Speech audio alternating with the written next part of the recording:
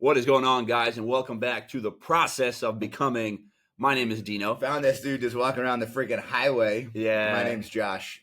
And I was not replaced, just so you guys know. No, heck no. You can never replace Dino. I was hoping so. I actually shot him a text once I saw the episode release, and I was like, bro, are you doing this to me right now? Yeah, he was really? all upset about the last Yeah, podcast. I cried like for a week. Which is where the new logo came from. I'm like, Dino, just to show you how like loyal I am to you, I got to create the new logo. It's kind of like, when you forget your wife's birthday and you're like, fuck, I got to do something.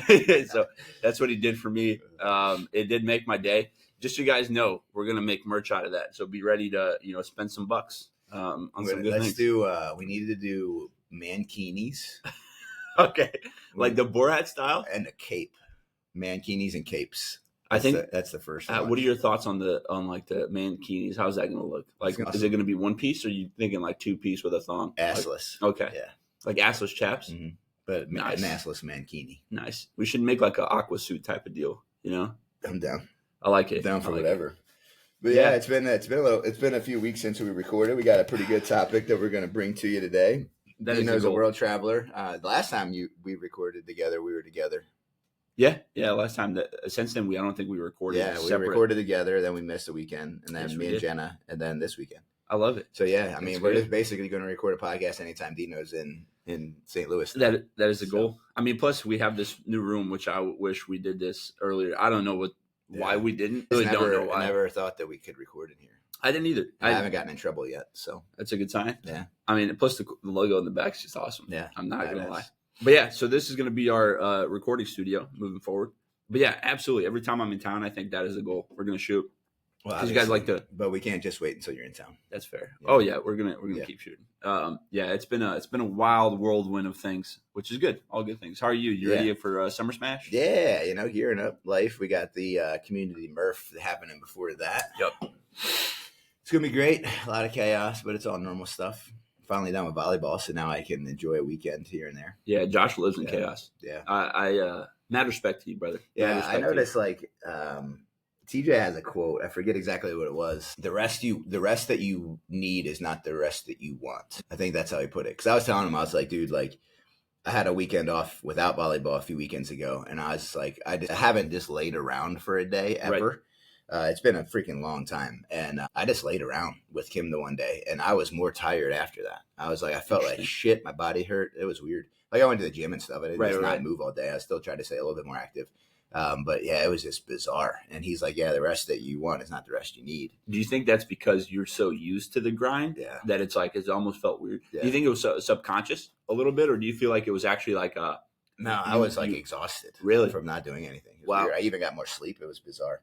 But there's a lot of science that goes into, like, especially during, like, for me, if I do get sick, which I didn't last year at all, but if I do get sick, it's typically around the holidays. Right. Mm-hmm. And they did a lot of studies on this where type A people that are high achievers, like they typically get sick around those holidays because your cortisol drops so fast and far. That makes sense. And that actually is like a immune protector in a way. Like there's a degrading effect of it, but your guard gets let down from your immune system standpoint, and then shit happens. Interesting. Yeah. And then probably being around family doesn't help either. That's, I'm not even around extra people. Oh, that's true. That's true. Yeah. So yeah, it's interesting. Yeah. So.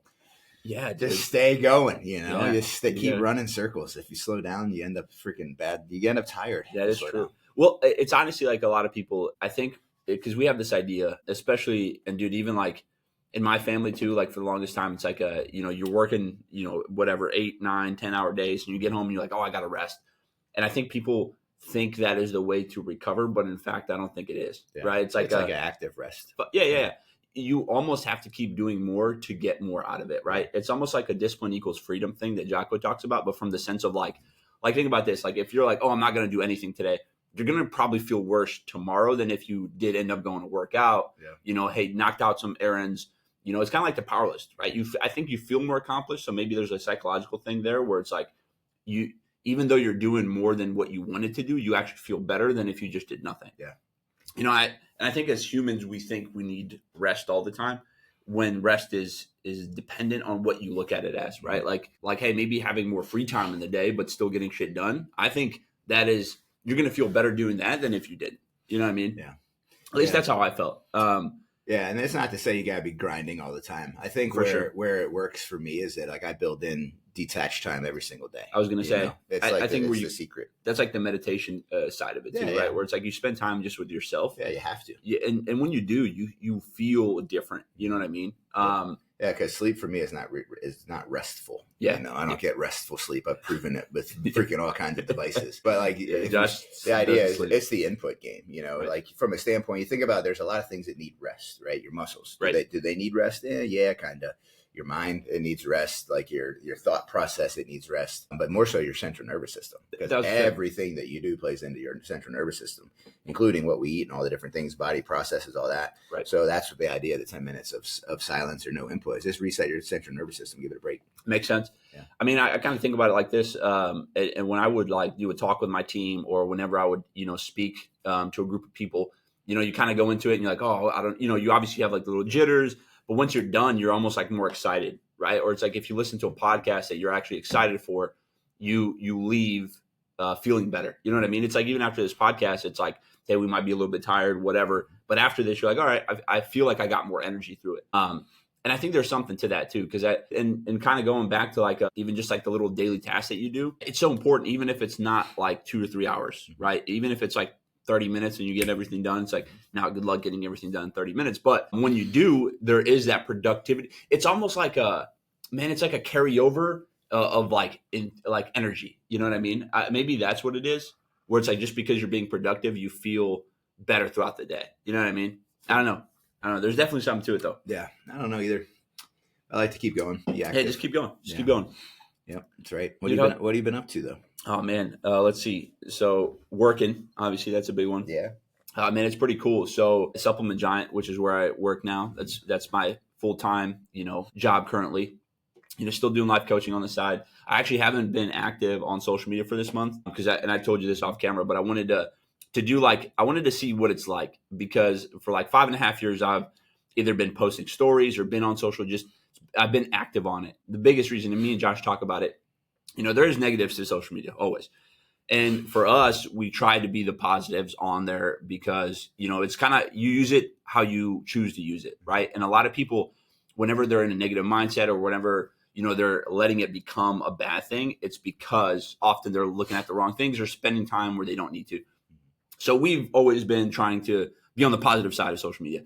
But for the first time in a very long time, I took a break, and it's been weird. I started to get like FOMO because, it's one of those things where it's a habit, right? It's like, it's kind of like when you go from working out for, forever and then you stop, you feel different.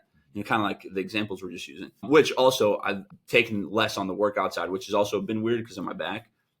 Man, it's been mentally rough. I'll be honest. You're like a midlife crisis. I am. I'm right now. It's like a midlife crisis, but I'm learning a lot about myself, and I'm also learning a lot about patience, which is funny because it's like, we've talked about this. We've talked about patience. We've talked about the importance of it, but it's different when you experience it in a different light, right? Like, for example, the whole reason of me moving was I wanted to challenge myself, but I also wanted to see what it would be like to experience something like that, right? Because like my parents did that at 20 something years old, early 20s, no choice, by the way. And I'm like, they've been able to create a life that's amazing, right? So what can I do? Like, what can't I do if they were able to do that? So that was a big step towards that. But man, I'm learning a lot. And what I've learned is I miss St. Louis. That's one. I miss Josh. That's for sure. But the city first. I miss St. Louis. Sorry. Yeah. Well, you're first in no particular order. But what I am learning is I'm learning a lot about myself in the sense of like, it doesn't matter where you're at. It's really about what you do and your mindset, and it's things that we've talked about all the time, but it's just from a different route that I've never experienced before. You know what I mean? And you have, right? Like you've gone from, a place that you've known your whole life to something brand new. And obviously it's tough, right? There was even, how long did you go without seeing Kim and the kids? 6 months. 6 months. Like that's a long time. And I bet that was probably one of the toughest times for you, right? It was. But that transition made you 10 times better. So like, I feel that going on right now for me, but yeah, man, it's been, challenging. It's been up and downs, especially with the back. There's a lot of things that happened all at once that, you kind of want to be mad at, where it's like, damn, why is this all happening to me? Which we've also covered before. So I've been switching my mindset on that. And honestly, like I said, I'm learning a lot, and I'm excited for this because it's only been 4 months, 5 months now. But man, I'm learning a lot about myself. Yeah, it feels like way longer than that. It does. It does. But yeah, man, it's outside of that, man, I'm running social for Supplement Giant. I'm doing a lot of things that it just I'm a workaholic, man, just like you. And I think it's tough for us to just not do anything. So like I think part of being off social media is that, right? Because for me, I'm like, man, I could be doing more, and if I'm not, I feel like I'm letting people down. But don't worry, guys, I'll be back. But yeah, so I hope that makes sense. Still struggling with the back thing, but we're making progress on it, man. It could always be worse. Cut it out. What about you, dude? How's it? Yeah, cut out my back. Yeah, things are good, man. Things are good. Just a normal chaos. Training for a half marathon. Training for Murph. Got all kinds of crazy life stuff happening. Yeah. I don't know. It's honestly, it's weird. Like people are always like, "What's that?" What's my dad texts me like, "Oh, what's been happening?" Like, freaking doing everything I always do. Yeah. You know, like I feel like I get myself into such a routine, and like it's not like a routine of I do this at this time and this at this time. Right. It's like just the routine of operation. Yeah, you know? It's like I'm just always doing. Yeah, it's not like you necessarily. It's like doing the same thing every single day, but it's like you're always constantly moving towards something, or you're having. You have a lot of things on your plate. Yeah, you know what I mean, which I respect you for. Yeah. Always taking it on and keep moving on it. Yeah, it's freaking rock and roll. You're doing what you can, man. It's become better. That's it. So yeah, I'm a runner. I'm a runner now. You are. Yeah. I was gonna say, like can't remember the last time that I've actually just lifted a weight. Did you buy running shoes too? Oh my God, he's a runner. He is officially a runner. I got 3 pairs of these. Holy shit. Yeah. What's the most you've run so far? Like in one workout? Yeah. Yesterday, 4 miles. Really? Yeah. Nice. So I got a running program, and it's through ChatGPT. Nice. Because like I tried to do the one that we have in the first format, and it was like I'm like, who wrote this? Freaking Steve Prefontaine, like some freaking world class runner. Like this is not good. Like, you're like, so I gotta start small. I put it in ChatGPT and it adapted it. And then like I told ChatGPT, I was like, my normal running speed is like this, like comfortable. Like build me a program that I'll be running this at this time. So I'm doing it. And like yesterday I put in there, I'm like, hey, I'm ahead of schedule because they told me I was supposed to be running like 12-minute mile pace for my long runs, but I did it yesterday at 9:48. Nice. Oh yeah. Which, fuck yeah, dude, that's awesome. So, but the thing that's really impressive is not impressive, but the thing that I was impressed by was I'm researching running mechanics. Okay. And like, cause my running mechanics suck. And when I realized yesterday for the first time and focusing on it, and I haven't even perfected it yet, but just being more intentional with my running mechanics, like how much easier it was. Really? I was like, yeah, like I got done with the run. I'm like, I probably could have ran further. I certainly could have if I had to, but I was like, it just felt better. I didn't feel as beat up. Give us some tips. What'd you learn? Chest up and tall. Yep. Right. And then my biggest thing was that my feet were striking in front of my body, which creates braking force, but also way more energy to pull your legs through. That's what so like my hips and back would always be killing me. So it's like you stand tall and you stride with so that your feet hit underneath your body instead of in front of your body. That makes sense. And it was a game changer. Got it. So you're running like a gazelle now, is what you're saying. Yeah. I mean, I'm basically going to run a 4-minute marathon. I was going to say, yeah. Like world record. But it's funny because like I researched that one time, and now my entire Instagram is nothing but running mechanics. That's how it works. I'm not mad about it because I am a runner. You know, I'm not just going to run. I am a runner. I love that. Well, honestly, I think it's one of those things that's overlooked. And it's funny because you can kind of see the difference of someone who actually runs and who doesn't. It really is. And it's the mechanics. Yeah, like 1,000%. There is such a thing to it. Well, it's kind of like form and training, right? Like if you don't have the right form, you're missing out on a lot of things. You'll hurt yourself, or, you're not going to get the most out of a workout. Yep. But also it makes it easier on you when you have the right form or the right mechanics. And it's just one of those things we overlook, right? But it's also, no one's been there to teach us that. Like, I feel like you're seeing a lot more people spend time on it now because you all obviously have the information for it. But yeah, if you're ever looking to, run, listen to Josh. He's the guru of running. Well, the thing that I'm kind of picking up through the process, and I've always known this, which is why I keep saying that I'm a runner, is like, in order to fully dive into something, you got to embody it. Right. You got to like actually create your identity around it. Right. So it's like, I'm a freaking runner now. Well, I mean, dude, even just the identity piece, it's like what you tell yourself you are, you're going to be more consistent with it, or you're going to go above and beyond to try to get better at it, right? Like it's like if I'm constantly like, I can't do this, subconsciously your brain listens to that. Then what do you end up doing? You're not going to end up giving it your all towards that. You know what I mean? So you're going to find ways to not do it. It's like, before it's like, all right, cool, I have to train for a half marathon. No, it's like I'm a runner because if I have to train for a half marathon, I'm just going to go back to my normal routine of lifting weights. Right. And I'm going to be like, I'll run from time to time. Right. Versus now, like I don't even hardly lift weights anymore. I still train, just a little bit different, some more body weight stuff for Murph. Right. And once Murph's over, I'll go back to the gym and stuff. But yeah, it's a weird season of life for the physical part of my life. Well, it's different than what you're used to. Very you know different. what I mean? But at the same time, it's also. But I'm a runner, so I was going to say used to it now. you're going to enjoy the process a lot more than if you're not, though. Yeah. You know what I mean? Yeah. Because it's like that's what we've talked about this plenty of times. But it's like when you switch your identity, you start to enjoy that process a lot more. It's kind of like a fitness journey. If someone consistently thinks they're the same person that they've always been, and they don't try to switch their identity, not only is getting in shape hard, not only is actually showing up to gym, and everything else is difficult because you're still stuck in that same identity. But once you change it, you start to actually enjoy it. And it's kind of like it's almost like a school, right? Where it's like, let's say if you pick a topic, and I'm bringing up school because my sister just graduated, so shout out to my sister. But it's one of those things like when you have a major and you're like, I'm just doing it to get done, to get through it, you're going to hate school, right? Or you're going to hate learning about stuff. But if you're like, okay, what can I actually take from this? I want to learn from this. It's going to help me with this. You're going to start to enjoy that process more and actually focus in on it. You know what I mean? Yeah. So yeah, I like that. I like that, dude. You're a runner now. It's wild being a runner. Yeah, you're welcome to the world, dude. Yeah, what's one thing I always say, guys, is find a process. When you have a goal, figure out a process that works and commit to it. Yeah. And it's like, I'm committed to it. I'm a runner now. I love it, dude.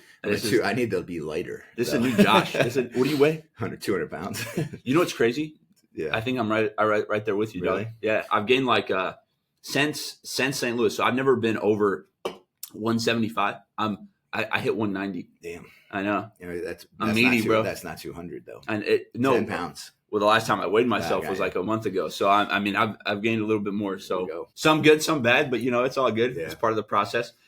I feel great. I'll just be honest. Yeah. I'm looking a little bit thicker, but I like it. I'm trying to get to Josh's level. Ideally, 175 would be good for me. So we're trying to switch roles right now. It's just, it won't happen before the half marathon. So when's your half marathon?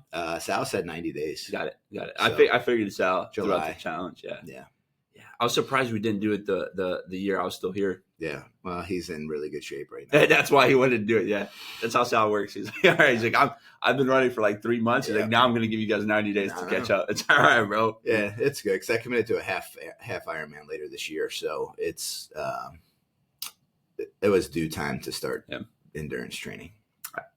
I mean, you're not typically an endurance guy though. So I think for you, that's like the challenge. Yeah. Which is, well, I'm excited for you, man. Where's your half Ironman? Around here? Oh yeah, 27 laps around this building. Oh, not half Ironman, half marathon. Half marathon's here. Sorry, that half Ironman. I think we're doing Chattanooga. Okay. Or Georgia. I was going to see. I was going to maybe come out and support you. Yeah, I don't know. I'll let you know. It's in September. Yeah. Okay. Yeah. Let me know. I'd love to catch you.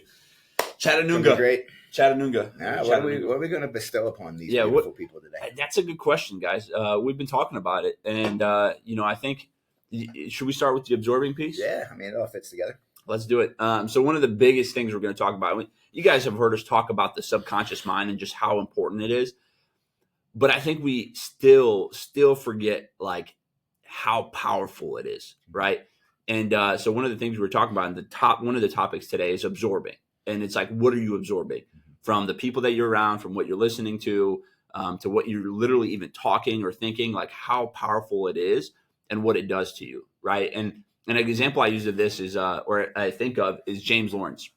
And I remember when he gave us the talk. So Iron Cowboy, he is the guy who did 101 Ironmans in 101 days, which just for you guys to understand this is like an Ironman typically like the fastest time is what, 13 hours, 12 hours? I don't know the fastest time. For a full Ironman, I have no idea. But it's like a double shift that you're working. You know what I mean? It's not a 2-hour race. It is not. So imagine doing that for 101 days. And I mean, he got to a point where at that 101, when he stopped, his body actually went into like, yo, this is weird, which is kind of funny. Similar to me. Yeah, I was going to say similar to Josh's example of like not doing anything. Stress response. Well, it's your body to get used to it, right? It's like, it's just crazy how your body adapts. But one thing I remember him talking about was when he got into the pool for the first time, which in an Ironman, that is part of the race, right? And what is it, 2 miles or something like that in the pool? 2.4. And he couldn't even swim, right? So like, I think about that example of like, how do you take someone who's never even been able to swim to do that? Well, it's mindset, right? It's what is he absorbing? What is he thinking? And for him to be able to do that, that's, it seems impossible, right? Like the odds from going from not being able to do that to being able to do that, it's mind blowing. But a big portion of that is what are you allowing in your mind and what are you surrounding yourself with? You know, whether that's support system, whether that's friends, whether that's your training, whether that's your thoughts, all of it. But all of it plays a role in it. Yeah, I kind of look at that from a standpoint of your environment, right? Like you have your external environment, you have your internal environment. I like that. If you want to be in a different environment, right? So let's say that your goal is to create more wealth for your family and produce and do all these different things.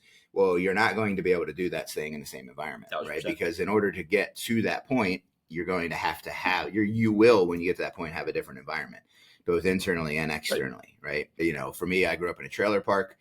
There were no multimillionaires in that trailer park. 1,000%. The guy who owned it was probably a millionaire, but there was nobody that was a millionaire in there. They all had the same mindset. They had the same tendencies. They had the same habits. They had the same outlook on life, the same speech, like all of it, right? So if you want to achieve something, you have to change your environment in both the external and the internal, which leads into what Dino's talking about with the absorbing is like, what are you proactively doing to do that? Right. And it kind of goes along the lines of the whole idea of if nothing changes, nothing changes. Because if you could have the life that you want, that goal that you want, if you could have that right now, if you were already that person, if you had the right mindset, if you had the right environment, you already have it. 1,000%. So what needs to change, right? And it's good. It's a very, very important thing. And I forget the data on it, but like your subconscious mind picks up everything. The other thing with your environment is it's a choice. You have to choose to change that. So in my experience, I've seen a lot of people not want to choose to change it because, oh, well, it's uncomfortable or, you know, these are my friends. Cool. Yeah. I mean, I see that with some of the people I lead. was going to say, You know, I see it with some of the people I lead. Like, you know, they're great people. They have a hell of a lot of potential. Absolutely. But that not changing the environment is going to hold you back. Do you think a big part of that is, I think a huge part of it is just the fear of doing it. But do you think a big part of that is because it seems so far away? I mean, I don't know. I'm trying to think back to when I didn't change my environment. My environment kind of naturally changed through life. But trying to think of what would have held me back at those points. I feel like because for you, I think a big thing that happened was you just saw so many things. You've always had that feeling, right? Like we've talked about it, where you always had the feeling of like, hey, I'm meant for more. I just don't know what it is. And once you started to see certain things, you know, maybe go the wrong way with certain people in your life, you were kind of like, okay, what's the first thing I could do to change some of my habits, right? And you know, I think once you see the negative side, and then you're like, I don't want that. You know, kind of going back to like the contrast list, right? Like when you have the I don't want, I think it becomes a little bit clearer to what you need to do. But the difference was I think you took the first step, you know, because like I think so the really weird thing for me, and not to interrupt you, but I was living in multiple different environments simultaneously, which I think a lot of people do. So for me, when I was in high school, like I ran with the athlete crowd because I was an athlete, but also like I did drugs every single weekend with my other friends. Yeah. You know what I mean? So, and some of them were athletes as well. Some of them weren't. Yeah. So, I think it got to a point where I think to your point, it might be the fear, but also like you're either going to pay attention to the magnetism pulling you in that direction or you're going to ignore it. I think that's a good way to put it. Yeah. Because a lot of people live in that. Like I think, and this is just an example, right? There's somebody that I lead here that sees and wants to be a better leader, but they still have that old life and the old friends.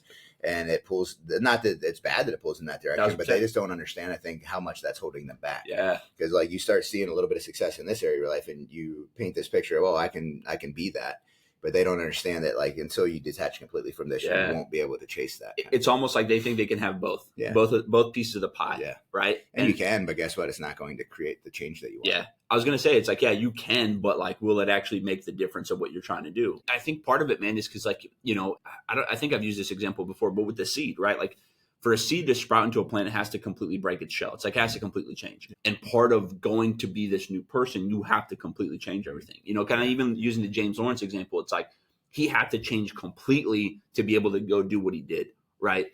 And I think that big part of it is fear, but I think people think they can kind of have both, the best of both worlds, because I think it's just what you're used to, right? Where it's like, oh, I got a little bit of this, a little bit of this. It's kind of like the 1 foot in, 1 foot out, right? Where it's like you sing a little bit, but you're like, I don't want to do this. And I think a lot of it goes back to like, oh, you feel like, you know, because part of doing that, you're going to lose friends. You know, you're going to lose parts of yourself that maybe you're like, oh, I don't want to, or I don't think I should lose them. But part of it is that's what's been holding you back the whole time. You know what I mean? Yeah. You could also look at the idea of like a people pleasing thing. It's like, you don't want to create friction or piss people off. I think that's actually a really big one, man. Yeah. I really do. Because a lot of us try to people please because we feel like that's what we have to do. Yeah. right? You know, I think sometimes I think we use loyalty in the wrong way. Well, I was just thinking about that from a loyalty standpoint. It's like, especially as men, and I can't really speak for women because I'm not one, but like from a man standpoint, you have like that bond and camaraderie, and there's a lot 100%. of really, there's a lot to that of like, hey, I kind of owe it to my friend. You know, I can think about my friends, like my friends, like when we were in that, like the friends that were not the friends in the direction that I wanted to move, Right. like they had helped me through some different shit. Yeah. And like they've kind of been mentors to me, like for certain shit, not Yeah. good stuff. Yeah. But I mean, they were great people. Like Right. they just were great people in their own rights. And like I felt like almost like I owed them, Yeah. you know, kind of thing. Yeah. So it's just, I think it's single-mindedness of purpose is what it comes down to. You either got to know exactly what you want, what you're willing to do to get it, or else you're going to stay in this weird middle ground. No, man, I think that's actually a really good way to put it. I think there's a certain bond that you build because when you think about like your old life and that transition period, because what you probably spent, 10, 15, 20 years with those people. And when you think about the time frame, it seems like an investment, but you also have gone through a certain struggle that's different than the struggle you're going through now with the people that you're going through it with now, right? Yeah. Where it's like you feel like, again, you owe it to them because, and I mean, if you watch any type of movie or the movies that you feel like it make you feel good, you see, by the way, they're just movies. So don't take everything you see in the movies as face value, right? Or like that, it's going to be that way. Talking about Scarface. Yeah, Scarface. Yeah, that's exactly a perfect example. But I think that's what happens, right? Especially as men, I think it's very normal too because you have a bond built, right? It's through struggle, but it's a different type of struggle than what you're building now.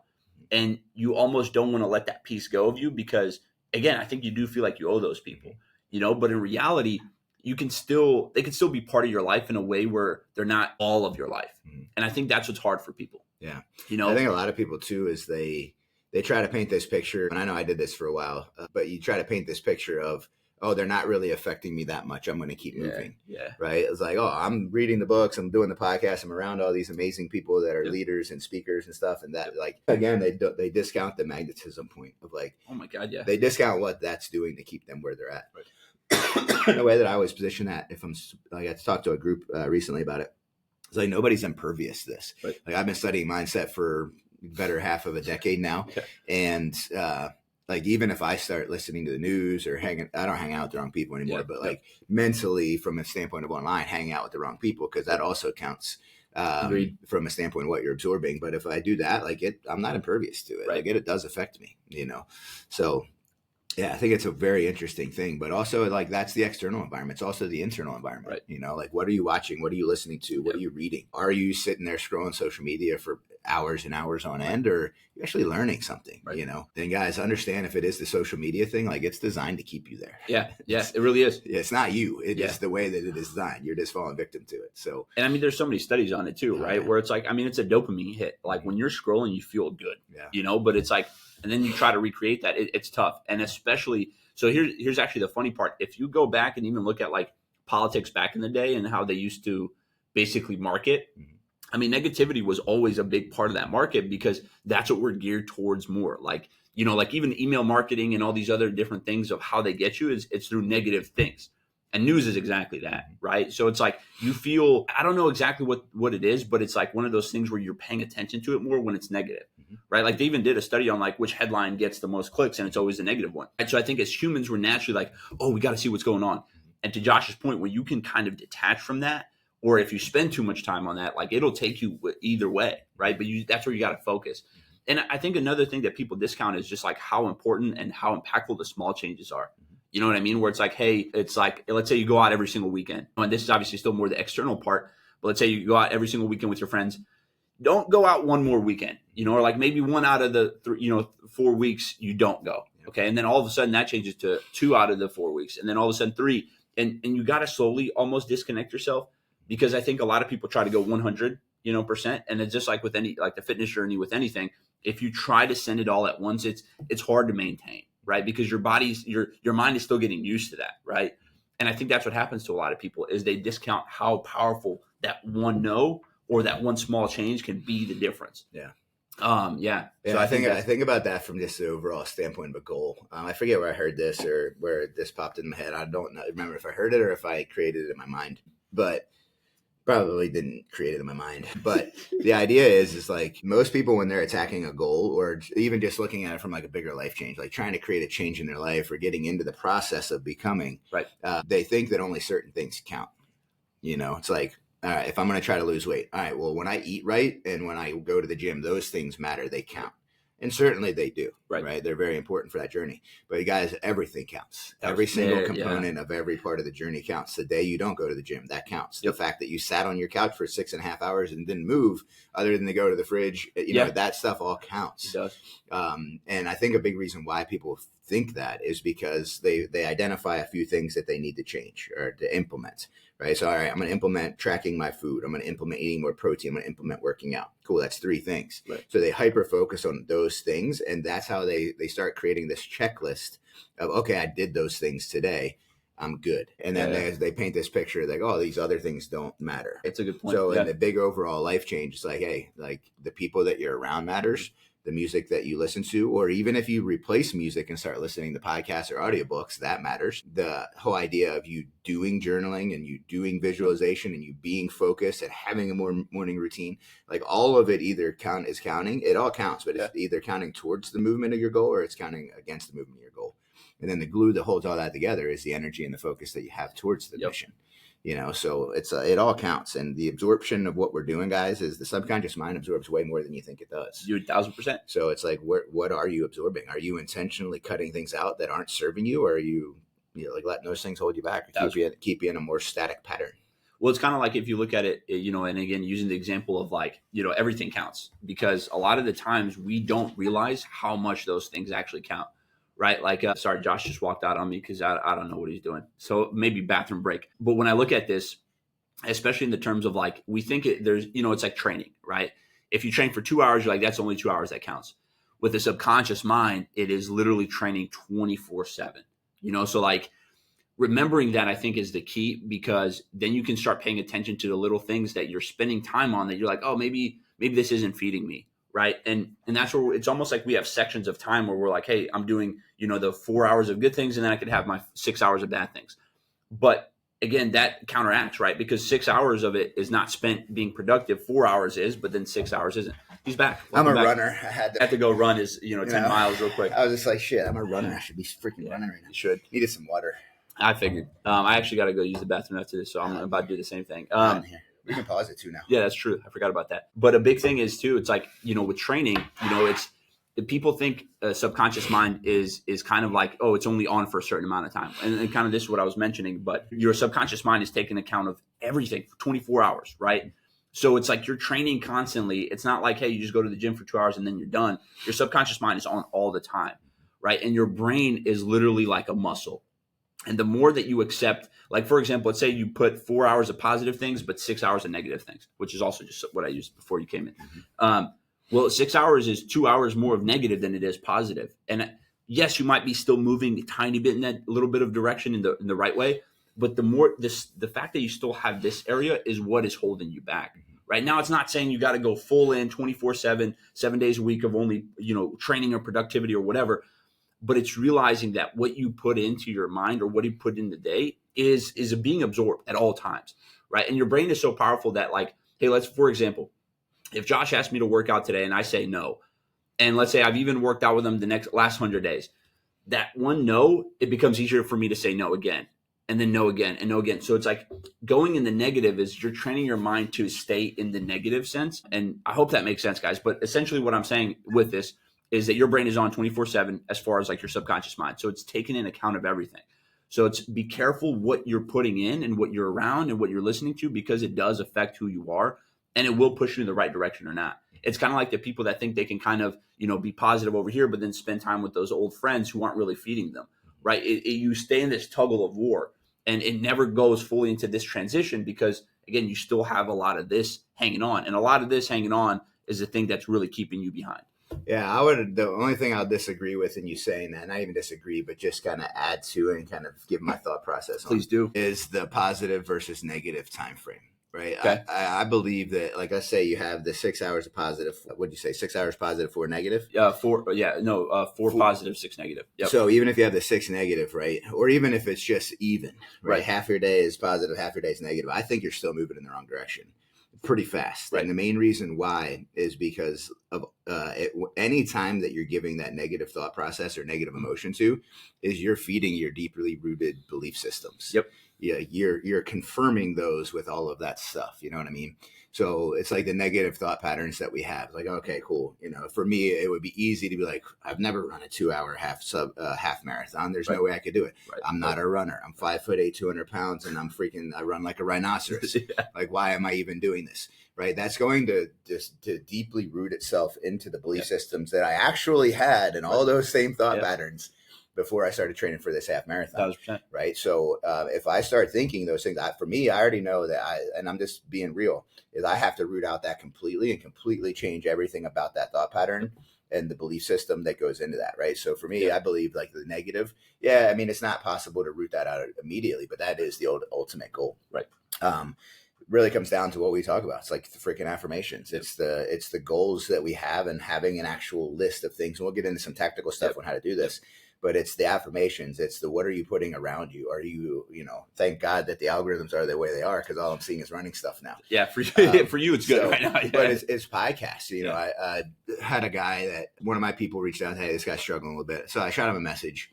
We just got into a great conversation. He's just telling me all the stuff he's going through. He's like, hey, man, like, anytime problems arise, like, I really just go off the rails. I said, step one, stop identifying it as a fucking problem, right? Like, where are we at 100%. With this, and he may listen to this. And I hope he does, because like, this is the stuff that you need to do. It's like, as soon as you hit a problem, and this is subconscious mind, it's like, all right, cool. I see this. There's a friction in the road or a roadblock. It's a problem. And then you go back to the deeply rooted automated systems that we've designed through time, the survival mechanisms. All right, well, I got to put up this wall. I got to do this. I got to start having this type of an attitude just so I can make it through it. Or you can actually learn over time and just implementing all these things. Like, no, I'm going to view it as an opportunity to get better. And the whole idea of Jocko is good. All right, good. Get to figure out what the hell I'm capable of when this happens and I don't have money to pay the bills or whatever it is.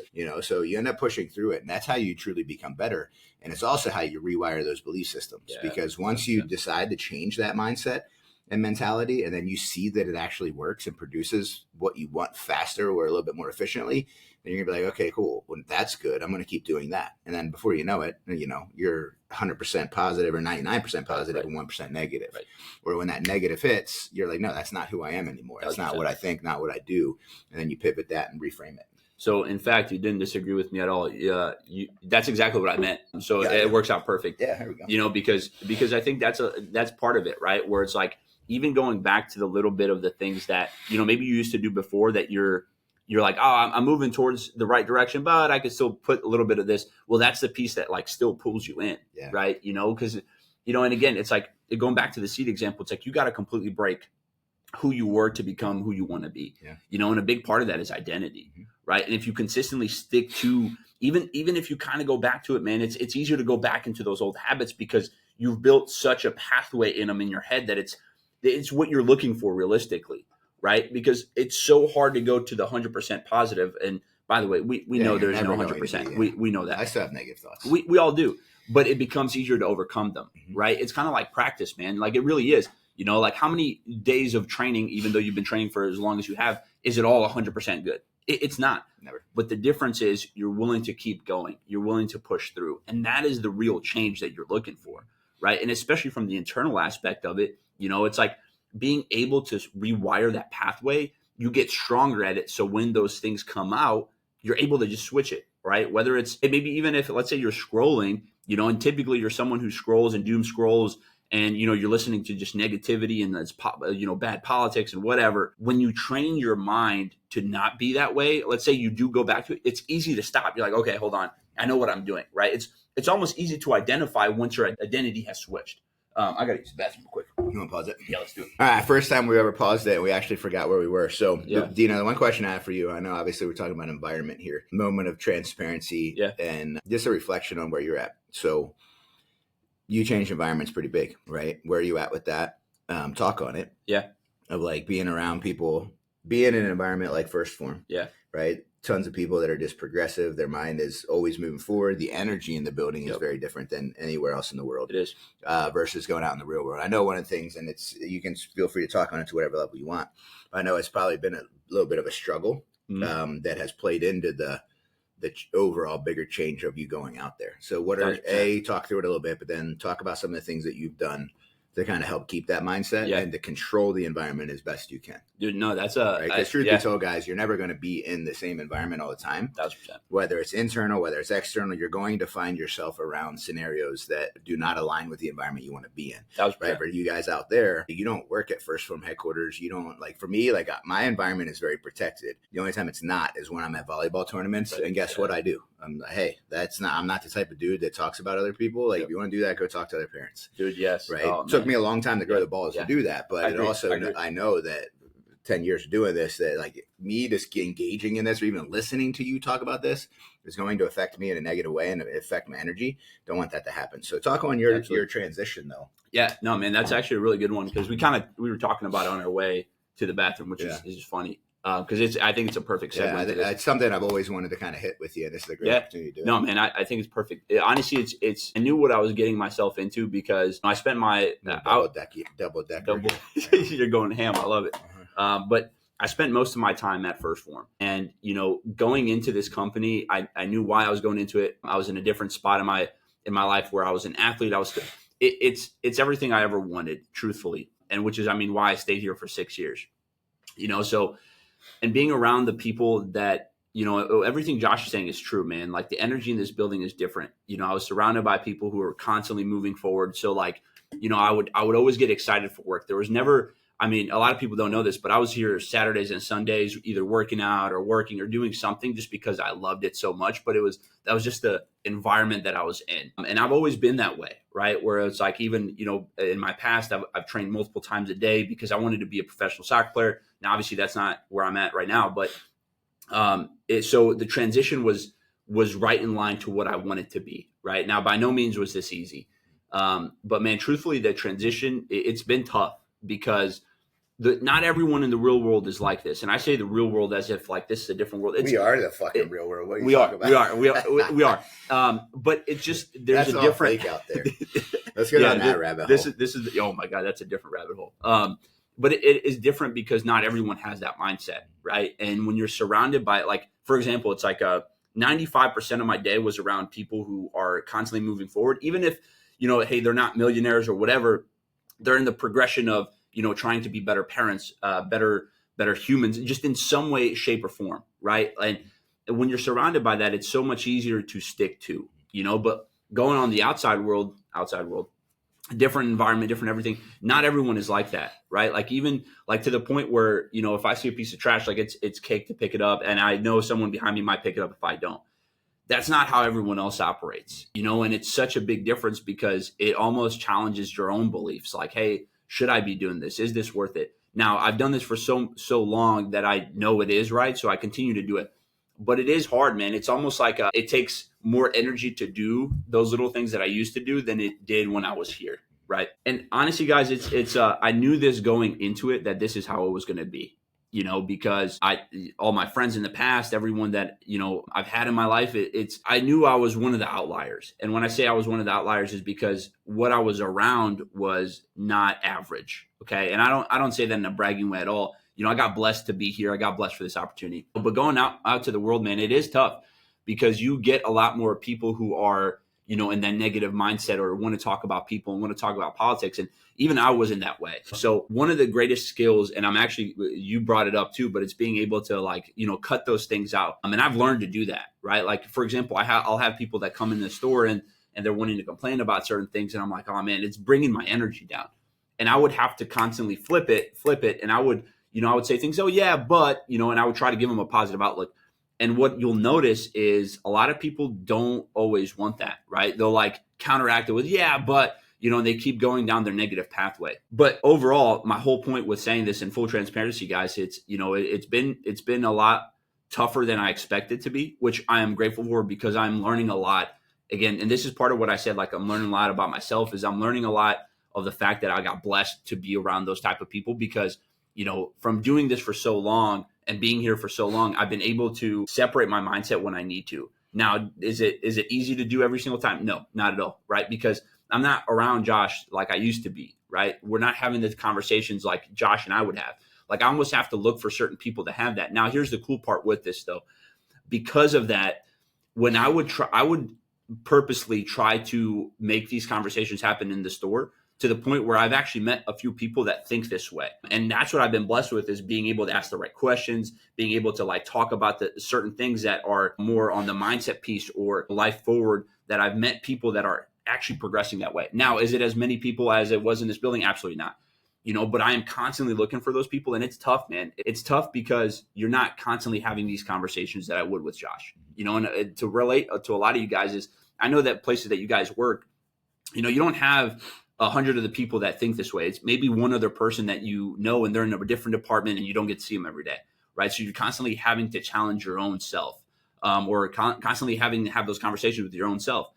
Now, a big piece of what's honestly helped is after, when I have the time alone, I would reflect on a lot of these things and check where my mindset's at. It's almost like a status report for myself.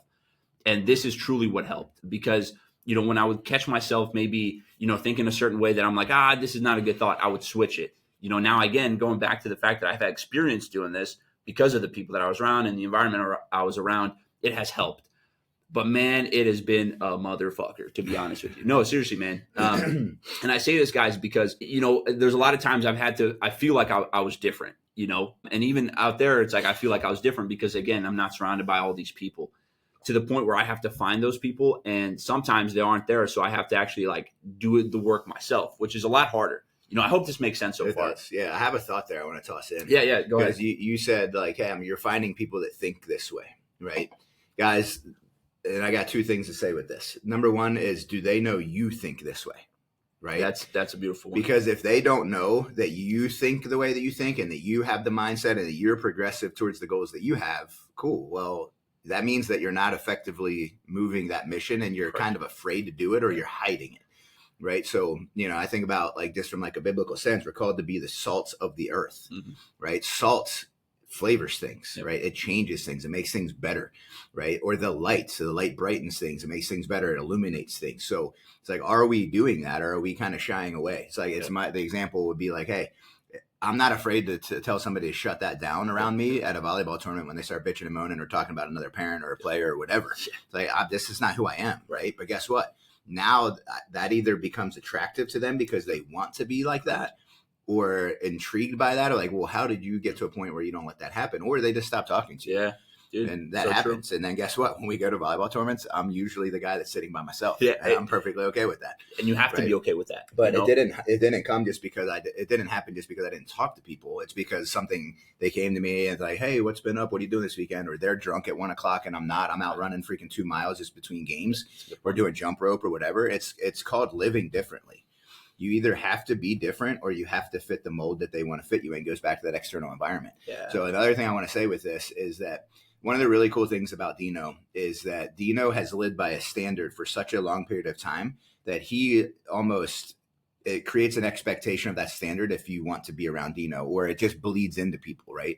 And that one standard that I think of is the positivity that you have. Dino is very, very good at being ultra positive, which guess what? That is an energy that now when people talk to Dino, they immediately become more positive. They mirror that and they're like, oh my God, I feel energized. What is different about this guy? And then they want more of that. They're going to be around it, but they also pick up on those things of like, this guy's super positive. I'm not going to complain. Right. So then you end up being that salt and you end up changing those people. Right. So, they don't want to cut you off. But no, I love you. It's the idea of living by a standard. You're right. You're going back to the external environment thing, and it always kind of clicked. It's like you're either living by a standard or you're molding yourself to the standard of others. And if you're not living by your own standard and not upholding that standard, then it's not a standard. 1,000%. It's just you faking it, in which case you're never going to change, versus just saying, hey, this is who I am. This is a standard. You're either going to get with it or you're not going to be around me. Right. There's nothing wrong with that. And Dude, that's I the love fear that. that you got to get over.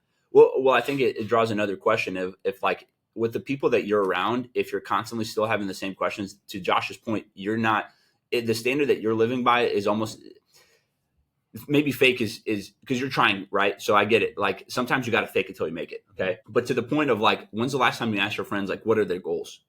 You know, or like, hey, what are you working towards? Like a great example of this. So there's this guy recently who comes in the store a couple of times, you know, and we would talk a little bit. And then I just finally started to ask him a question like, hey, man, what are you working on? Like, you know, like whether it's fitness related or whatever.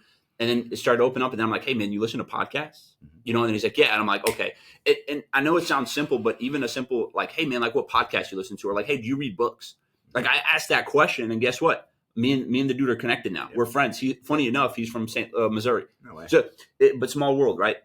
But to Josh's point, you almost have to challenge some of those things, and it's based on the standard. It's an expectation. It is. Like when you ask that question, I'm like, damn, like this, he's expecting me to listen to podcasts. Yes, that's exactly. And they might say no, and I'm like, oh, that's cool. I was like, well, honestly, man, and I would recommend them one to see if they do. But and outside of that, that's kind of like where the conversations end if they don't. You know, and you can really tell, man, based on how someone talks and how someone communicates. And especially like with your friend group or whatever it is, or the people that you're surrounded by, you have to be the one who leads these conversations. You know what I mean? It's like you got to go first in a lot of ways. And if you don't, you'll never find those people who do think that way. Because maybe there is someone that does that you're around, whether it's at work, whether it's a neighbor, whatever. But because you've never been able to ask that question or have that conversation, that you never really find out. And that's probably why you guys are disconnected. You know what I mean? But there is something to the energy piece, and that's something that I figured out a long time ago, which I'm grateful for. My mom is awesome at this, but because I'm like, okay, if someone comes at me with a negative and I try to switch it to a positive, dude, I've had people at some points be like, no, that's not always that way. I'm like, okay, I don't want to be around you then. You know what I mean? It's a good litmus test. It really is. But then there's people that you're like, man, you know what? You're right. And what I notice is those people start to have more of those positive conversations because they look for that. And you almost have to be that leader in starting that. You know what I mean? I hope that makes sense. Yeah, leadership is influence. 100%. Right? 100%. Are you being influenced by other people? Or are you influencing other people? You know, and honestly, again, it comes down to the standard by which you live. Right? 1,000%. So I think it's a good segue into the standard of like how to kind of set your day up, right? So guys, we talked a lot on here about a power list, right? So recently came across a different method. It's called the 5-4-5 method. It's a very tactical way to kind of keep yourself on track and goes a little bit beyond just the normal power list type of a scenario. So the idea of the 5-4-5 method is, all right, I want to create this change in my life. Like you have to intentionally do that. You have to wake up every day. You have to take control of the situation. You have to really set yourself up for success, right? Be more intentional. It's literally what everything that we always talk about comes down to. It comes down to, hey, this is the goal. I want to move forward in this direction. I want to be a better person in my life. Cool. This is what it's going to take to do that. And then you just got to figure out if you're willing to do it or not. Right? Going back to the environment thing. Are you willing to change your environment? Are you willing to intentionally put yourself in those uncomfortable conversations in order to keep yourself aligned with who you say you want to be? Right? So if you're not willing to do those things, if you're not willing to work on your mindset, then you really got to change your goal or change what you're thinking about, where you want to go, what you want to do, how you want to do it. Because otherwise you're just lying to yourself. You're going to create a lot of anxiety, frustration, and honestly, just poor mental health. So the idea of the first 5, okay? Think about the next 90 to 120 days. What are 5 goals that you want to accomplish? Okay, they don't have to be huge goals, but the cool idea about having 5 goals versus just one is like it allows it to bleed into other areas of your life, right? So, hey, maybe I have a spiritual goal, maybe I have a relationship goal, a physical goal, a financial goal, a health goal, whatever. You can think about that across the board. You have multiple in the same category, whatever it is, okay? So once you have those goals, then you're going to take 4. The 4 is you figure out 4 things that you can implement as a morning routine. Okay, now these 4 things can line up with the goals. They can line up with one of the goals. They can line up with a bunch of them, whatever you want to do. But the idea of a morning routine is that you're starting your day with proper intent and you're starting your day paying yourself first. You're taking care of it for you.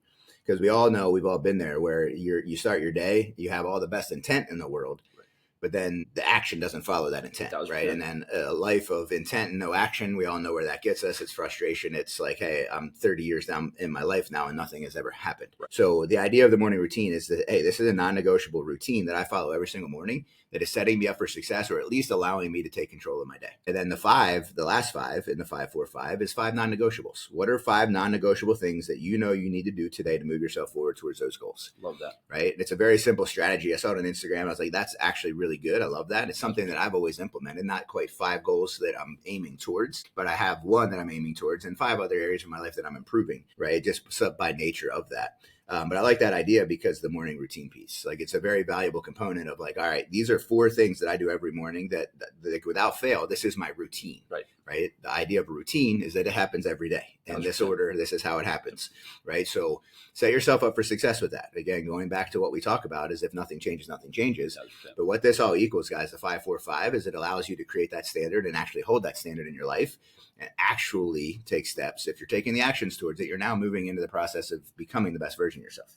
I love that. And Josh actually just mentioned this method to me right before the podcast. And I was like, that's actually an incredible way to put it. Yeah, stuff we've always done. It's just putting an actual checklist to it.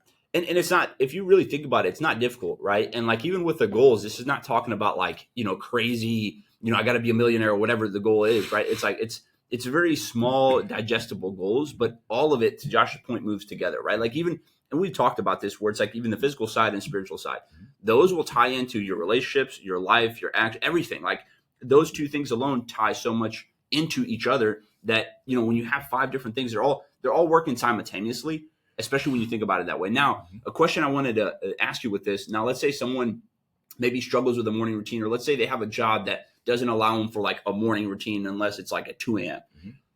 Would you still put this as like, hey, routine, right? Like, what do you do maybe after work, or what do you do before bed? Like, would you add another layer to this, or what are your thoughts with that? Yeah, I feel like getting it done no matter what is good, but I also feel like that can be a scapegoat. That's fair. Yeah. I like that. That's why I asked. Because I've done that with 75 hard, right? It's like I've set the proper intent of 75 hard. Like if I'm going to be successful with this, I have to wake up and do this. Well, I think that if you get to yourself to a point, because 20, 30 days in, I missed my alarm and I'm like, all right, well, I still have to get it done. And then my brain told me, oh, well, shit, you don't have to wake up at 5 to do all this. You can get it done no matter what. I like that. And what ended up happening from that day forward is that my day was a lot less intentional. I still got it done, but there was a lot more chaos and I didn't feel as in control. So the idea of doing this is setting the proper tempo for your day and understanding that you create your day. Right. I saw another thing and it was actually interesting where this lady said, it was like a TikTok that went viral. And she was like, you know what? I'm just going to give it a shot. I got nothing to lose. Where when you go to sleep, you say, hey, I intend to wake up tomorrow in my perfect timeline. And then when you wake up, hey, I woke up today in my perfect timeline. Well, that happened. And then I forget what she said, but she did it for 3 days. And like 3 days later, she had a reel go viral and she ended up making a bunch of money off of her reel, which allowed her to take care of her son's birthday, which she didn't know she was going to take care of. Wow. So, but the idea there, she was intentional with it. It was like she set her intent. And the rest of it took care of itself. The day kind of played out and she created the day as opposed to the day taking care of her. So yes, from a routine standpoint, it would be ideal to get this done in the morning because why can't you? Right. Right. I hesitate to be like, yeah, okay, you can get it done at any point in the day because then it allows that scapegoat of like, or the out, so to speak, and you're already negotiating right out of the gate. So that's why I asked you because the 75 hard was actually a really good thought where my mind went to, right? Because for anyone who's done 75 hard, if you don't do it in the morning, man, the difference it does to your day is ridiculous. Especially if you work first form. You're not lying though. Yeah. But when you get it done in the morning, watch the rest of your day change. Like it really does. Like it's kind of funny. I've talked to people that, are maybe like late night worker outers, and then all of a sudden they start working out in the morning. They're like, whoa, this is how you guys feel. And it's like, yeah, this is why people wake up at like 4:30, go to the gym, get all this stuff done, because then the rest of their day is 10 times better. They're experienced that. Yeah. But you got to experience it yourself too. Right. So like, going back to this, it's like, and I get it. The morning routine, there's a lot of hype behind it, but there's a reason behind why there's a lot of hype behind it. Because when you set your day up that way, the rest of the day is 10 times better. Yeah. Now, if you're a business owner and, you have meetings or whatever, you can still find time to do certain things in the morning to set your day up right. And I think that's such a good one, man, because once you have that stable routine going, it's one of those things that keeps you moving forward. Now, I get it. Not always are you going to be perfect with it. But just because you're not perfect with it doesn't mean you can't stick with it, and I think it is life-changing, man. Mm-hmm. I really do. Yeah. And I think for a lot of people, when it comes to the power list, I think there's one question, or at least something that I've gotten before is like, how do I structure my power list? Mm-hmm. And for you, when you break down those goals, what's some strategic ways you implement 5 things to make sure you're moving towards those? Like what's your process like? Yeah. So what I do is I kind of reverse engineer it in my brain. It's like, all right, think of like a fat loss scenario. It's like, and this holds true with everything, guys. And it gets a little bit more ambiguous, the more ambiguous and less defined your goal is. But there are processes that have to happen in order for any goal to be achieved, right? In order to live the life that you want to live and become the best version of yourself, you have to audit your environment. Like we're talking about, you got to root things out. You got to create change. Okay, well, what are the changes that need to be created? And that's can be different for every single person based on your environment, what you're doing, how you're doing it. But like for a fat loss example, cool. Well, there are certain things that have to happen in order to lose body fat. Okay. So once you figure those things out, it might be a list of 5, 10, 15 different things that you should do consistently. And then the goal of that is to remove the goal from your mind, right? And then focus on the process. Like, all right, well, I got to eat a lot of protein. I got to track my food and actually be in a calorie deficit. I need to move my body with intent every day. It doesn't mean I got to work out every day. Right. Maybe it's running, maybe it's walking or doing a ruck, doing a swim. Right. Maybe it's stretching and mobility if that's what you need. Cool. Well, you got to do that every day, right? You got to drink water. You got to take care of foundational health or improve your sleep or whatever, right? So without that process, that goal doesn't happen. 100%. So the goal of a power list is like, all right, what do I need to do today to execute to move forward towards that goal? Right. And it doesn't always have to be a power list that's completely one-sided towards one of your goals. If you're doing 5 goals or 3 goals, whatever it is, you can have things in there for that. Right. If you want to be more spiritual, hey, maybe I'm going to sit down and dedicate 15 minutes of meditation and prayer every day. Cool. That becomes a power list item. And then the goal with it, guys, is the whole idea of a power list is it places the level of importance that you need to have on every single day. Because so many people will look at it from a standpoint of, oh, well, losing 60 pounds by September, that's a big goal and that's really far away. So I got time. I'm going to enjoy some beers with the guys this weekend. 1,000%. Hey, you know what? Not a big deal. I didn't track my food today. No problem. Right? Cool. Well, you just lost the day. How many days are you going to lose and still be able to hit that goal? Right? And that's the way people look at it. Now, the second part of that, and this is another mindset that I've recently cultivated around a goal and chasing something, is you should want the goal so bad that it doesn't freaking matter what the process is. Right? Doesn't matter what it takes. All that it takes is whatever it takes. So do you want the goal bad enough to produce the action and the habits that lead to you achieving that goal? If you don't, then you need to get real with why you want that goal in the first place. Love that. Because it should be like, hey, it doesn't matter what it takes. I'm going to do it so I can achieve that goal. Right? Which is why I'm the operator that I am, because I have a life that I have and a standard that I want to have in my life, and I'm not there yet. So why would I sleep on that? No, man, I love that. And you said you recently cultivated this? Because I feel like you've always had this. Yeah, I mean, it just recently connected the dots on it. And that's a thing I love about this too, is as me and Josh talk, there's a lot of dots that get connected, because a lot of the things that we talk about, guys, it's not anything new. It's just a different way to look at it, or you start to realize why it's so important, right? Like even for Josh with doing the half marathon, if he were to focus consistently on the half marathon and not the process, it'd be so much easier for him not to run certain days. It'd be, I can do that. I'll just go lift. I'll go do this. But once you break it down to like what I need to do today, that's all you need to focus on, right? Like think about it. You don't have to worry about, and you don't stress yourself out over the next 2-3 months. You're like, hey, I just got to do this today. This is why the power list is so important, and it's funny. I've had this conversation recently with someone at work, but we talk about reading, right? And I told them, I was like, hey, dude, I've read 10 pages a day for the last 6-7 years, and it changed my life. And they're like, only 10 pages? I was like, yeah, but you don't realize how much that stacks up, right? If I was like, oh, I'm gonna read a book a week or a book a month, bro, I'm not reading that book until the last week, and I'm like, damn, I got 300. I don't know. I'll just skip it. You know what I mean? So, like, the reason we even bring up this power list, guys, is because it is small, actionable bites. Now, the bigger your goal is, and how fast you're working towards something, it might be a little bit more hefty, right? Like, for example, if you're training, for Olympics, like that it might be a 3-hour training session, not 30 minutes. You see what I'm saying? But the whole point with the power list, guys, is to give you things that you can do every single day, and they're non-negotiables. And guess what? It doesn't take up time, so there is no excuse for why you can't do it. You know what I mean? I think the 75 Hard does a great example of this, because if you look at that whole list of what you got to do, realistically, it's about 1.5 hours to 2 hours. Now, maybe a little bit, 2.5 hours. Let's max it out. You're telling me you don't have 2.5 hours in a day to do 2 work? Like you can stack certain things on there, But the whole point with this, guys, is if you're looking for a change and you're wanting to make a change, you got to get clear on first what your goals are, right? And then start breaking them down to like, hey, for example, let's use the weight loss example. Okay, I know I need to be in a calorie deficit. Okay, or even if you're trying to gain weight, I know I need to be in a calorie surplus. Okay, I know I need to eat protein. I know I need my water for this. I know I need my sleep, and I know I need to work out. There goes your 5 things. If you focus on those just every single day, the process becomes easier. And now here's the cool part. This isn't going to be the same 5 you do for the next 3 months. What's going to happen is you're going to get so good at your water that you're like, you know what? I'm going to replace this with something else. Then you're going to get so good at working out. You're like, I don't even need to fucking think about when I'm just going to do it. So now you replace that with something else. And that is the whole goal of the power list. And if you live by that, one, it doesn't take up that much time in your day, truthfully. Again, depending on your goal, you're probably, if you're committed to something bigger, it might take a little bit more time, but you still have enough time to do it. But really, two, is it takes out all the guesswork. It keeps you on the path that you need to go, and you never have to stress. When I say never have to stress, you're going to deal with some stress in your life. It'll always be the case.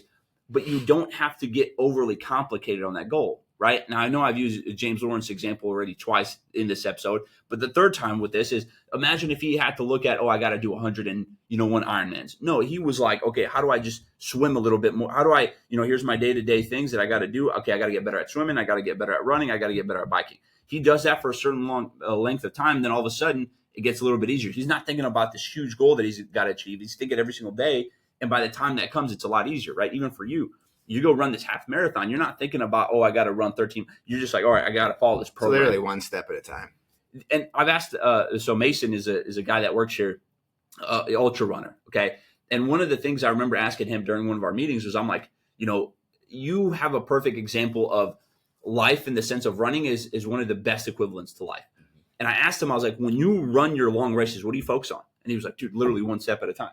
Is that post, that tree. And when you constantly focus, it gets a lot easier because you're making it small bites, right? It's funny because it's like you're proportioning it, right? I think that's it. I was trying to find English. I'm not my first language, guys. But when you have those small bites, it gets a lot easier to be, moving forward in the right direction. And even going back to the things that we talked about with absorbing, if you start cutting those things down to like, okay, how do I absorb small bites at a time? It gets a lot easier to be able to cut out all the bad and move towards the good.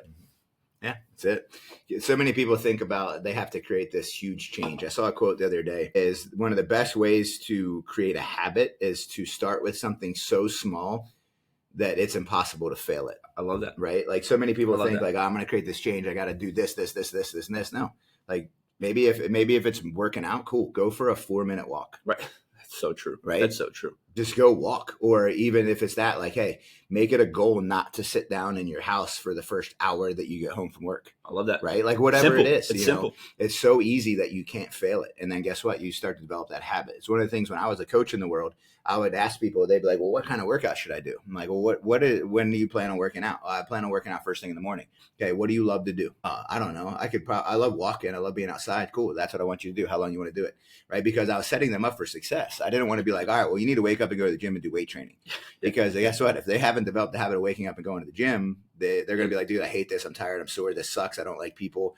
I'm not doing that. It's going to be a lot harder to get out of bed. Yep. But once they have that 30 minutes or whatever they dedicated to that movement, now I can fill that time with whatever I want. Absolutely. Because it's a habit. It's such a powerful example, though, because it really is that simple, right? Because the more you move towards it, especially in the small bites and things that you love to do, the rest gets easier. And like, again, I think we just try to change so much at once, but we're creatures of habit. Yeah. Right. So it's like you have to just kind of if the ceiling is here, you just got to get above it here. We try to break the whole freaking roof. Yeah. And it doesn't work that way, man. It really doesn't. Yeah. I think the compounding effect is the eighth wonder of the world. People don't understand, to your point. People don't understand the power of that. It's like, it's so powerful. I look back over the last 10, 12 years of my life and I'm like, I am 180 degrees a different human being than I was, but I can't even pinpoint one thing that did it. Isn't that crazy? There's not one thing that did it. It was all the little things over time. It was listening to a podcast and being curious, like, oh shit, this is a good podcast. What else does this guy have? Yep. All right. And then I hear a guest on the podcast. I'm like, oh, that guy talked about his podcast. I'm going to go listen to that podcast.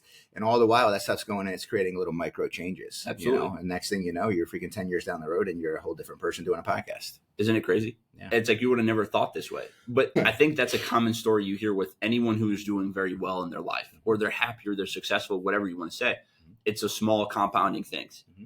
And it's kind of like money, it's like, how many times, like when you hear the example of like, hey, if you started saving when you were 18, even if it was a little bit, like what that can do. Now, I'm not saying it's ever too late, but it's a great example. And like, I think the money example is such a good one because it puts a value on it.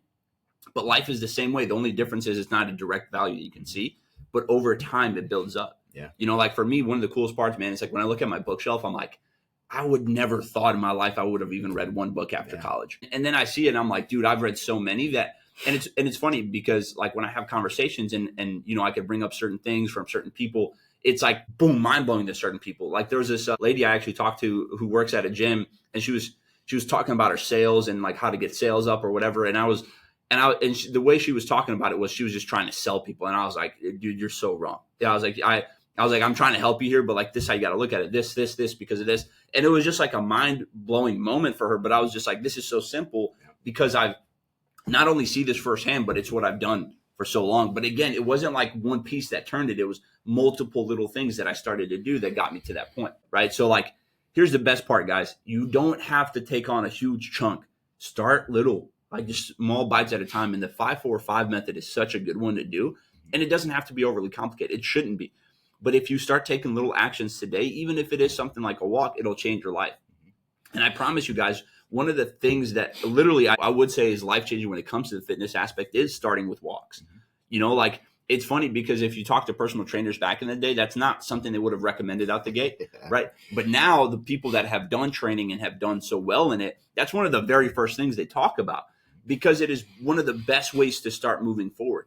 You know, it's like it relates to walking so well because it's like, hey, let me just get out there and let me just take one step at a time. And that's exactly what you're doing with your life, with your financial success, with your spiritual, like whatever it is, you just got to start moving one day towards it. You know, like even for me, recently I got back into like praying hardcore, and actually, when I say hardcore, like actually committing time to it. And it didn't start big, but it started small. And what I realized was I have a lot more time in the day to do it, and I actually look forward to it. Where at the beginning I didn't even think I could do it because I was like, oh, it's so much. I got to spend this much time and this much time. Do I even have that much time? I do have that much time, and we all do. But again, guys, small bites, and I promise you your life will change. Yeah, it's just knowing what you want and going after it. That's it. I heard a quote the other day. I don't get rocked by a lot of quotes. I'm not like a quote guy. I have certain people in my life that like they'll rip quotes and like they memorize quotes. I honestly don't try to memorize quotes, but like I do absorb them and allow them to impact me. Well, this one impacted me so much that like I was on a group call when I heard this, and I was like, damn, like for like 6 minutes, I like blanked out and did not hear anything else was going on in this meeting because it just rocked me so much. But the really cool thing is I want to kind of connect this quote and the essence of this quote to everything that we've talked about. And that's really just gratitude. We take a lot of stuff in life for granted, including the ability that we have to grow and the ability that we have to completely change our life circumstances by intentionally changing our environment, right? And to Dino's point, it's micro changes. It doesn't mean cut everybody out of your life immediately. It just means that you are what you tolerate and stop tolerating the stuff in your environment, both from a physical, from an inside environment that you no longer want to tolerate. So the quote though was, what if you woke up today and the only thing that you had were the things that you thanked God for yesterday? I love that. Holy cow. It's so crazy, right? Because it hit me so hard because like every night when I go to bed, like I'll thank God for certain stuff, and it's usually the same stuff in the same fashion, the same order. But that quote really stopped me down because I was like, man, there's a lot of things I don't thank God for. But like, yet God is the reason that all of these things are here and in my life, right? Like, more. So like I started playing that out of my head and visualizing that a little bit. I'm like, all right, well, yesterday, these are the things I thank God for. That means I wouldn't have all these other things. Right. So the first night after I heard that quote was on Monday last week. I went to bed and like I just went through everything I could possibly think of, right? And I actually fell asleep like still thanking God for things. That's awesome. Well, when I woke up in the morning, it was the most energy I've ever had throughout the entire day, just natural energy. And I was like, all right, was that a fluke or what happened? So I did it again the next night. Same thing. Wow. Wednesday, tons of freaking energy. That's awesome. Right? That's awesome, bro. But the idea of gratitude is that is an emotion. It's an energy. It's a frequency. And the goal, all I changed was, all right, I'm going to be less taking things for granted and more intentional about the things that I am grateful for. If that was the only thing that I were to get for the next day, right? And it just put me in this scenario where I thought more clearly, my energy was up. I was more grateful throughout the entire day, which guys, like that right there bleeds into everything that we're talking about. It's like, all right, if you're chasing a goal, be grateful for all the things, be grateful for the struggle, the ability to learn, the ability to have setbacks, the gaps that you have in your knowledge or your execution so that you can get better. Absolutely. Right. Because we have this amazing opportunity to live life and to grow. And there's a lot of people that don't get that opportunity, or even if they have the ability to have that opportunity, they don't take advantage of it. So even being thankful for like being presented the opportunity and the thought process that you can change and should change, so there's a lot to be grateful for, a lot of things we take for granted, but the longer that you delay starting, the more anxiety you're going to have and the more you're going to try to force change in your life, because we all have like this ticking clock in our head of like, I'm getting older, right? Yep. So do it now. Like now is the best time to start, because in 5 years, you're going to have 5 years of less time that you could have done this with. And it does take time. We've lived in this life where we all know better, but we see this shit on Instagram of like, oh, I'm 20 years old and I started this, and in 90 days I had $1.2 million in my bank account. And we all know it's bullcrap. Yeah. But there's also that subconscious piece of you that's like, all right, well, I'm not ready to start, but when I do, success is going to come pretty quickly. No, it's not. It takes time. It's the compounding effect and nothing else. And the more time that you give yourself, or the less pressure you put on yourself from that time standpoint, the more you can just lean into the simple daily tasks and not have to make these huge changes. And then over time, you're becoming the right person. You're willingly changing your environment. You're putting yourself around people that are causing growth, as opposed to people that are holding you back. And you're realizing that, hey, like that's the biggest time thing that's happened for me, is like, I don't have time to be around those people. Like, I just don't have time. Like I'm not giving them any part of my life, because why would I, and it's a standard that I have in my life, is to not waste that time. So, man, I love that so much. And I think there's a big piece to that where you're focusing, right? Yeah, where like the intent. You focus on, man, and I'm actually going to take that from you, or whoever said that. That was Lou Carella. Really? Mm-hmm. I love that. Yeah, man. But it's the energy piece to that is so powerful, because you're spending time focusing on, what you're actually thankful for. And when you do that, you look at life in a different lens. Mm-hmm. And when you have that lens, it's so much easier to fill your day with something that is powerful, in the sense of like, it's making a difference in your life that you maybe should be making, but you're not making, because we're taking it for granted. And there's a lot of things in life that we take for granted because we almost feel like we just deserve these things, but it's not. Like, every single day that we get to even move, the fact that like, we have our arms, we have our legs, we have our, like nose, like just these different things. I know it sounds, simple or small, but they're so profound in getting us to a much better place in life. And we always take it for granted because we feel like we still don't have everything, or we don't have enough. But when you can be thankful for those things, or even just spend time focusing on how happy you are that God has given you these things, I mean, it changes the way you look at life, and when you do that, it will literally change what's around you, and it's like, and then you start to realize there's people in your life or things that you're doing that not only have not been feeding you, they've actually been taken away from you. And when you start to realize those things, it's so much easier to start cutting them out, because you're focused on the right things, and man, it's such a powerful example. And I love that, dude, because, again, oftentimes we just take these things for granted, or we just overlook them, when in reality, we're grateful, we're blessed with a lot more things than we can imagine. And when you start attacking life with that view, right. And attacking life with that view, you start to open up doors that you might have known were there, but you never took action on them. You know what I mean? Dude, I love that. Another way to take another thought process around taking things for granted. Another way to kind of think about that, guys, is like, you assume that you're always going to have it because you have, right? Like, think about your eyesight. Like, you just take it for granted because you assume that you're always going to have it. Absolutely. And that's such a simple one too, but you're not guaranteed any of that. And everything. And that's the thing, guys. Opportunity, like, you assume that opportunity is always going to exist. You assume you're going to have more time to do things, right? It's another way to reframe and identify the things that you are taking for granted. That's so true. Because a long list of things to thank God for. There is. And I don't think you could ever thank him for everything, but you should try. You know what I mean? Yeah, for real. But when you do, guys, like to Josh's point, man, it'll affect your day in ways that you can't even imagine. And I know this from just like waking up and doing gratitude in the morning, like it sets a tone for the day in a way that you didn't even know you needed, but take time, because it will change your life. And again, guys, it's small things, man. It really is small things. Don't overcomplicate the process, keep it simple, because it will change your whole life. And again, if you do that for 5 years, watch what happens. Yeah. You know what I mean? So true that. I love it. Oh, pinch Coke, you owe me a Coke. All right, I got you. Let's send her away. We had some people that were really upset that I didn't say peace at the end of the call. No way. Jenna. Yeah. No way. I love you guys. Thank you. You need a Dino send out. Just making sure, you guys keep me around. Yeah. I like it. So, guys, we appreciate you. You guys know the drill, all right? The reason why we do this is to help you guys move forward. And we want to help other people move forward, too, that have not yet found this. So, going back to Dino's discussion, find out from the people around you, like, what are they doing? Hey, you listen to podcasts, reading books. Feel free to toss this one out there if you think it'll bring value to people in your life. And we appreciate the people that do share it and that do absorb this information. We put it here just to be like another positive light in your life, and to give you guys experiences and lessons that we've learned along the way that have helped us get to where we are. So if you know anybody needs it, feel free to share it. We appreciate you very much, and let us know if we can help you in any way. Yeah. And guys, please also, any feedback, anything that you guys want us to talk about, anything you want us to cover, me and Josh are open to ideas, because obviously we want to make this as positive and productive as possible. And we're always looking to get better ourselves, right? So whether it's a podcast, whether it's, the topics we cover, whatever it is, share it with us. Leave us a comment, like, subscribe, do all those things, because it just helps get the word out even more. But yeah, guys, we can't thank you enough for spending your time listening to us. If we could, we'd have all you guys on and talk. And maybe that's what we do one day.